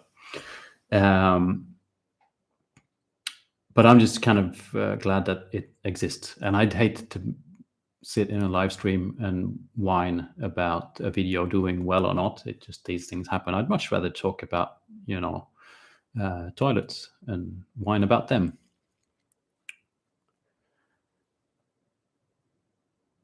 Cassis says, "Got to go. Just wanted to say that this channel is super inspirational and always is a highlight of my day." I'm very glad to hear it. Thank you, Cassis. Stretch says the dragon video was and is awesome, very inspiring. I guess dragons are just not in fashion at the moment. See, dragons should always be in fashion. It's just one of those beasts that, you know, if you see a dragon, just press the video, watch it, press like, write comment, give thumbs up, subscribe to the channel, join, become a patron, buy a hoodie, and what else is there? Follow on Instagram. That's what you should do when you see a dragon. Max says, amazing diorama. Apparently carrots used to be all purple before they became orange. Yeah, I know. I've heard a story about the orange carrots as well. And that we're all supposed to blame the Dutch for it. And that's also why they like the color orange. But I'm sure there's a twist to that, the fact that sort of orange carrots were easier to grow or something like that. But it's an intentional choice, at least, that we all, I grew carrots last summer and none were orange. Some were purple. There was some white carrots. There was some yellow carrots, I believe. None were orange.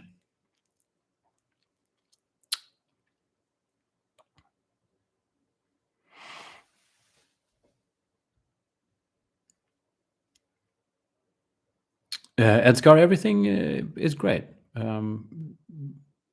Glad to have you. Was kind of about to just answer a few more comments, and then I actually need to go do some grocery shopping, I think, because otherwise I won't have anything to eat for dinner.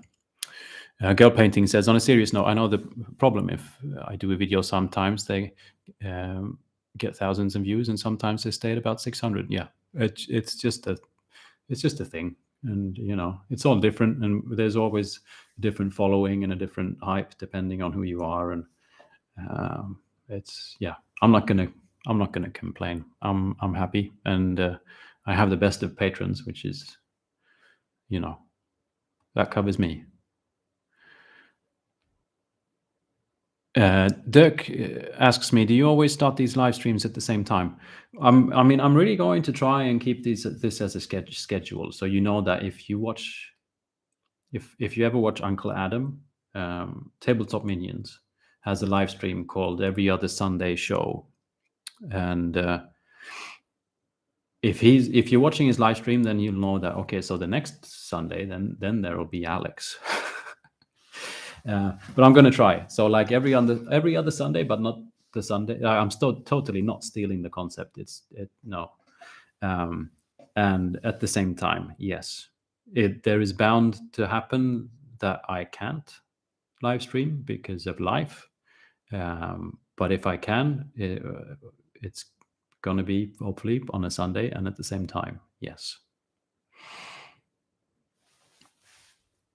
Emily says, greetings. Wait, Emily disappeared. There you are, Emily. Hi. Greetings from France. Kind of odd to put it that way, but I just wanted to thank you for helping me find sleep at night. Your videos are really relaxing to watch, as well as being really inspiring. I'm glad to hear it, Emily. Any way my videos can help is great. I actually have another acquaintance that does the same thing. But she kind of watches any miniature painting video and that makes her fall asleep.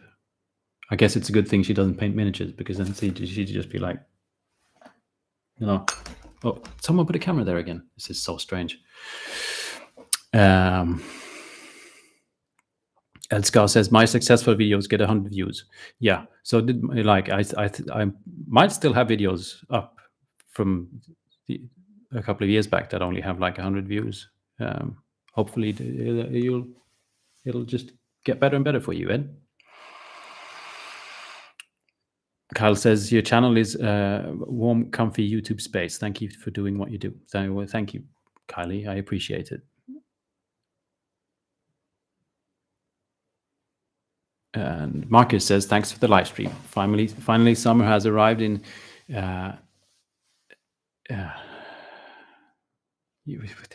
NW. I'll just say NW in the United States, and then I won't make a fool of myself by saying North Virginia. And you're going to go on a waterfall hike. That's after building a Warlord Titan guns. There was a lot of information there, Marcus, but I appreciate it. Thank you. And, thank all of you for joining in today's 52 Minutes live stream. I hope I'll see you soon again. I'm now going to, I think I'm going to have to glue a bit more, do a bit more kit bashing, and then, it's a Sunday. I should probably leave the bunker because I was here almost all day yesterday, and I've been here all day today. And so slowly I'm going to transform into something a bit more translucent if I don't go outside in a bit. So thanks for joining in, and thanks for all your support. Bye.